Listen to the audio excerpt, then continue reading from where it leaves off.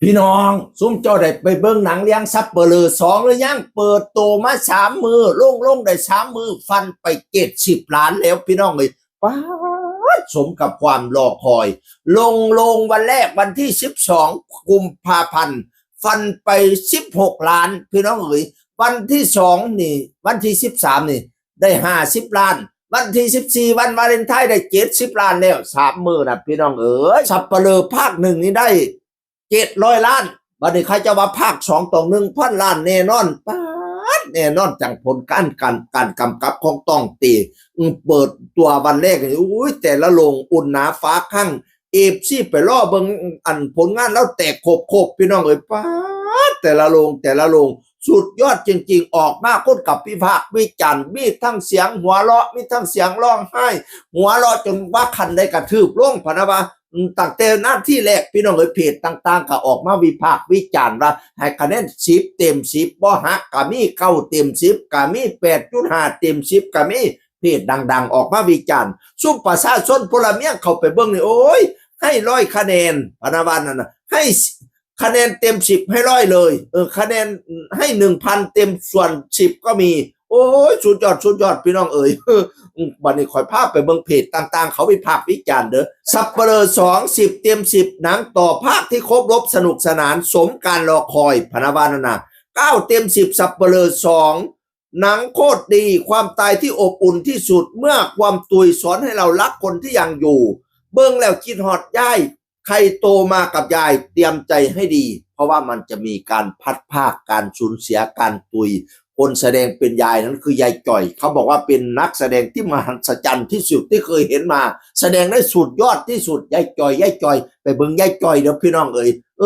ตอนแรกเขาถามมายายจ่อยเสี่ยวรายได้เท่าไหร่ยายจ่อยบอก15 ล้านภาษณา15 ล้านจังได๋ตั้งแต่สายมือแรกอะไร16 ล้านแล้วอีแม่เอ๋ย3 มือได้70 ล้านแล้วอู้ยายจ่อยไปเบิ่งเด้อพี่น้องเอ๋ยใครที่ถูกยายเลี้ยงมาถูก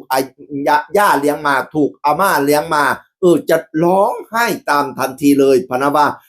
9/10ทั้งหาทั้งน้ำตาภาคแรกสนุกยังไงภาคนี้สนุกแบบนั้นเลยยกระดับจากภาคแรกจนล้ำแต่คงความเรียบง่ายทัดใจได้หาตั้งแต่นาทีแรกพร้อมความหนักหน่วง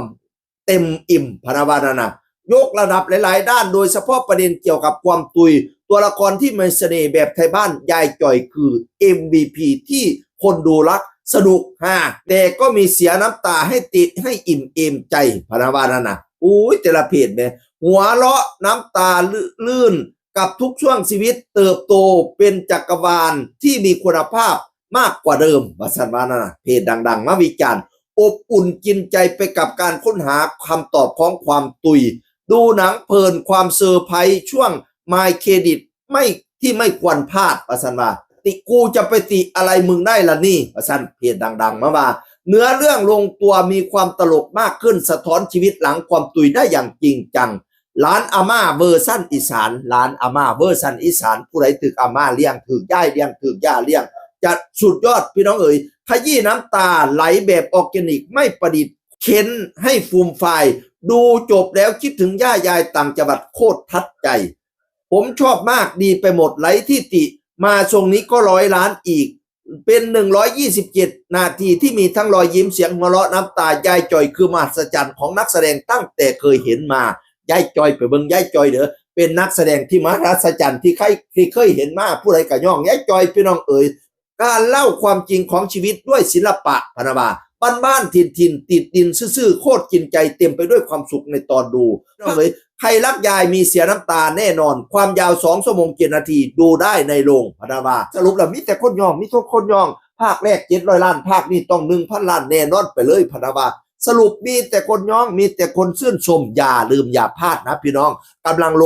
งอยู่ขณะนี้ซับเปลือ2ห้ามพลาดเป็นเด็ดขาดของหนังของคนอีสาน